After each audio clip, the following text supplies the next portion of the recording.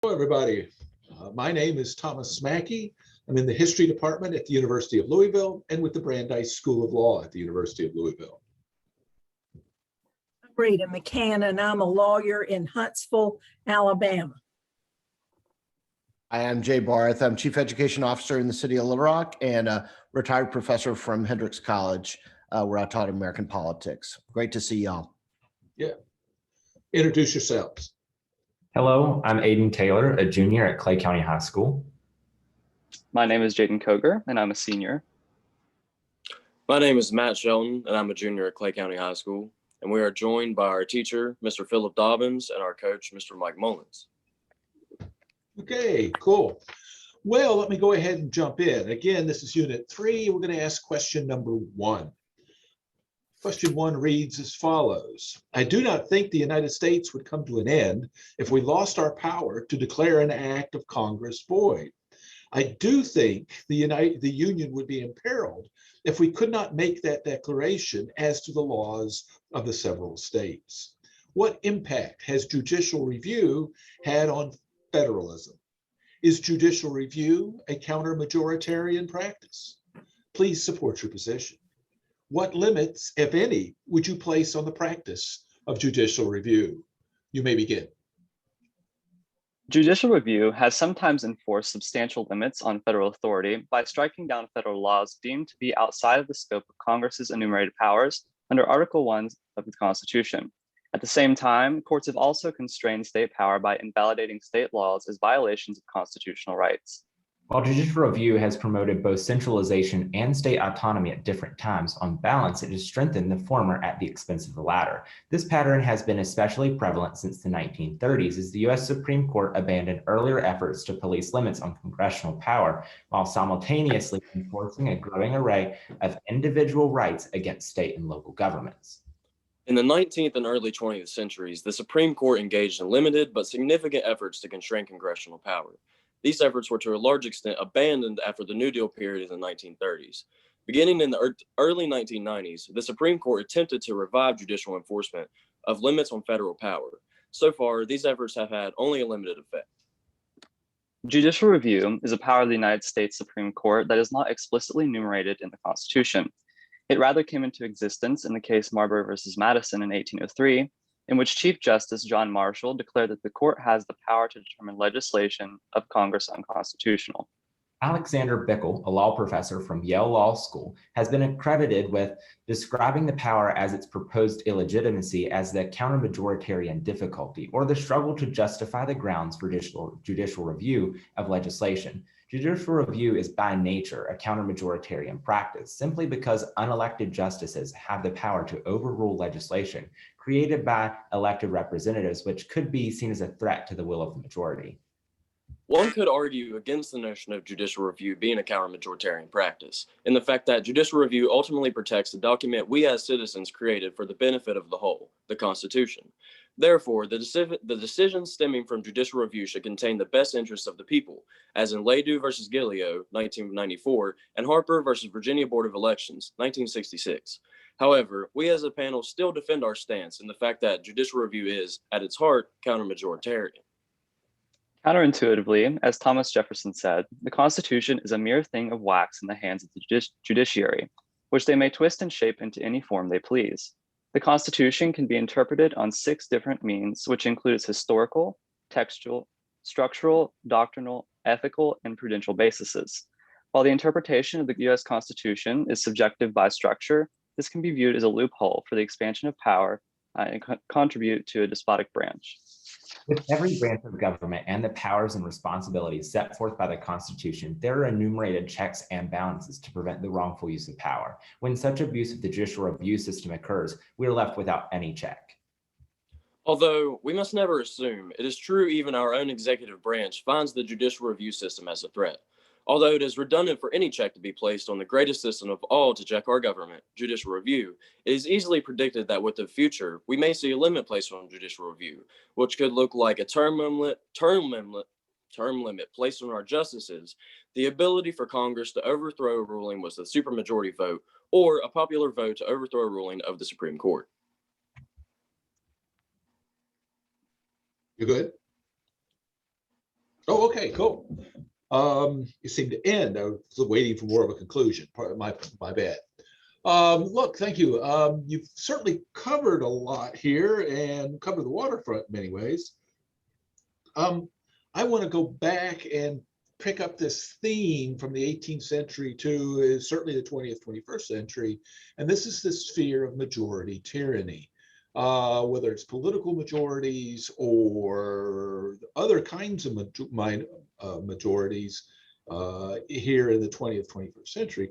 Why the fear of majority tyranny if it's a political democracy that we live with and we want? Yeah, so obviously we have this idea of democracy in the United States, which, like as you stated, we have to uphold the will of the majority. However, we have minority rights as well. So if we rule explicitly off of the majority, we threaten these minority rights that we gain from the philosophy of natural rights. So it's a bit of a challenge, balancing where we need to uphold the minority rights, but still follow this idea of majority rule that you stated. Yeah, what should be the bright line where majority rules, but we worry about minority rights? Can you, my two favorite words, I drive my students crazy, is be specific. Can you help me understand that division?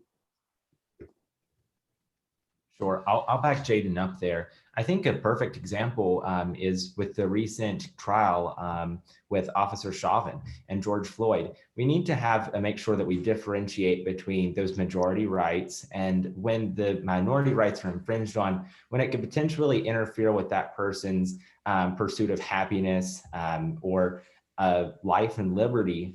And that's really where it comes in. Are we just infringing on that right and protecting the majority? Or are we harming, whether it be physically, mentally, or liberally, the rights of our people? So Aiden, if I can pick up there, in making that distinction between, when we're talking about pursuit of happiness and life and liberty, is the court just another political actor in making that call? Or is there something more fundamental that creates a line about where the court should and shouldn't go with judicial review? So that's something that's definitely highly debated. The court can definitely be something, especially with it being in the news about the packing of the court. It could be said that it's being used as an actor of a political agenda to kind of get across that agenda that is faster than it could be through legislation, through the legislative branch. So really, that's something that you can look at, but you can also look, none of these justices are elected. They don't have any term limit. There's really nothing that hinders them from just protecting the Constitution and the people. So the judiciary really becomes a branch that is designed to protect those minority rights. And the way that a case gets to the Supreme Court, whether it's infringing on minority rights, is through that process that it must be repealed. So you can't say that the Supreme Court just gets to choose, well, we want to decide on this today. They can't just make legislation.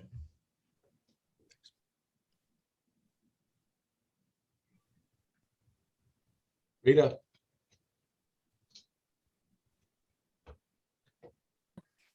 I've been being so polite.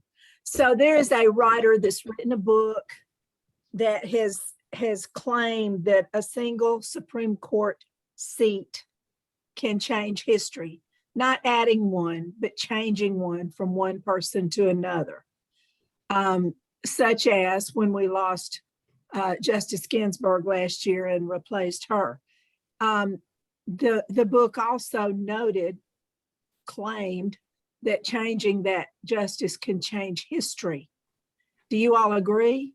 Do you disagree? And explain to me why. So I absolutely agree with what you just stated, simply because not only, as you stated, Justice Ginsburg passed last year. So President Trump rushed to fill this seat with a Republican justice. So, we can see that there's not only a shift in political party, which could obviously change the manner in which a justice rules on certain issues. But it can change the morals and ideas, and it absolutely does change the history. We see Justice Ginsburg actually made history, the first woman Supreme Court justice.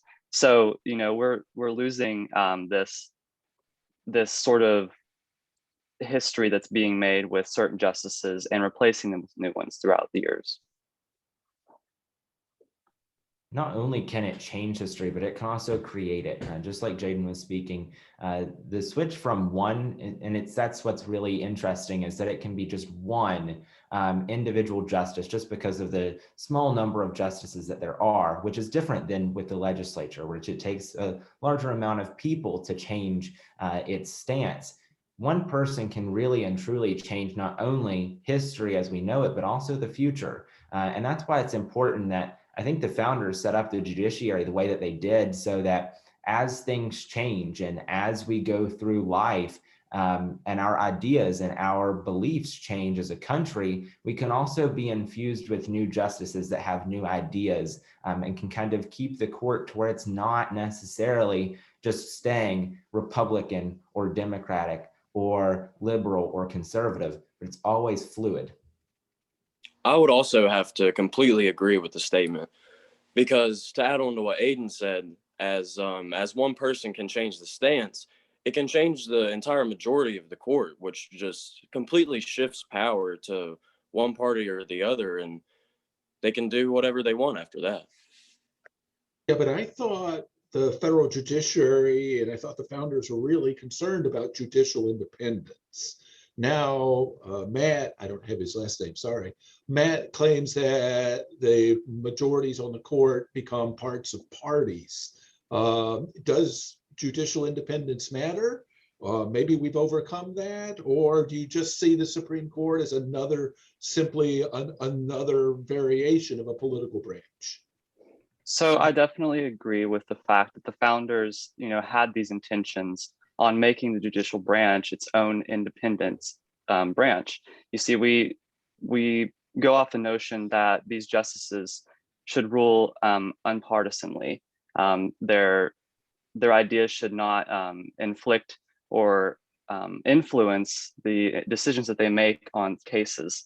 However, I would venture to say that, as Aiden mentioned before, the packing of the courts, it has turned it into sort of a game in which presidents play in order to change the majority of the court of the nation.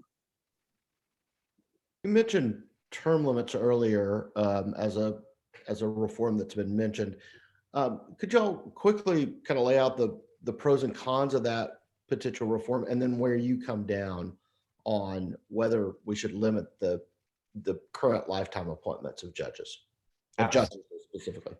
Absolutely. The major con of a term limit would then shift the judiciary's, each justice as being able to, have their way of helping and keeping the Constitution. If they have a term limit, then they are waiting for re-election. Go ahead and finish your idea. So if they're waiting for re-election, then it kind of removes the idea that they're there to protect the Constitution, protect minority rights. They're just worrying about, just like with the senators and congresswomen and men, they're then waiting for re-election or waiting to get across their political agenda before their term ends, where this lifetime appointment, the pro of that is keeping it to where there's not any way that they have anything to do besides that one main goal and mission of protecting the United States Constitution and the people. Okay. Oh, well, start breathing again, guys. It's okay. You did a good job. This is a tough question with some really big ideas here. Judicial review, what is it? What are its limits? How does it work against the states or the federal government? Federalism itself is a complex idea, counter-majoritarianism. And these are some of the big ideas that states and the Congress, the federal courts, the justices themselves are struggling with. So Of course, we then ask high school kids to explain it to us. So it's a completely fair question, right? But you did a good job on it. I think you dug in. You've clearly shown that you've engaged in the ideas. You've thought through some of these ideas. I might have wanted to see maybe some more specifics, because that's just one of the things I like to hear about particular case or statute decision that elaborates what your point is. But regardless, you still did a really nice job, and I congratulate you for that.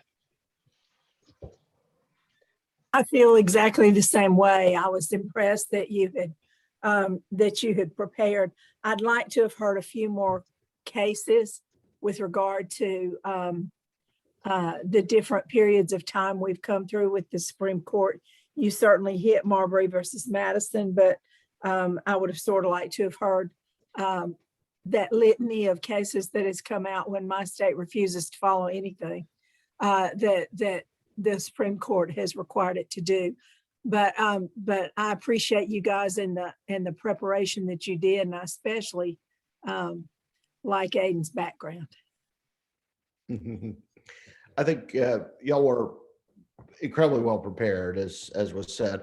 I think you also were confident without being cocky, which I think is a really nice spot to be stylistically, and I think you really hit it right in terms of tone. I do totally agree with my colleagues in terms of other things, but I think there was so much more that was strong here than that undermined your performance. It was very, very well done. Right. One minor point, Sandra Day O'Connor. I don't know if that name rings a bell. Any of you heard of her? Okay, she's the first woman Supreme Court justice, not Ginsburg. But just FYI on that one, it's harmless error, but it was still a little jarring for old dudes and people. I'm sorry, Rita, who lived through some of this. So, look, good job. Keep breathing. Good luck with the rest of your day, eh? Good luck. Thank you. Thank you.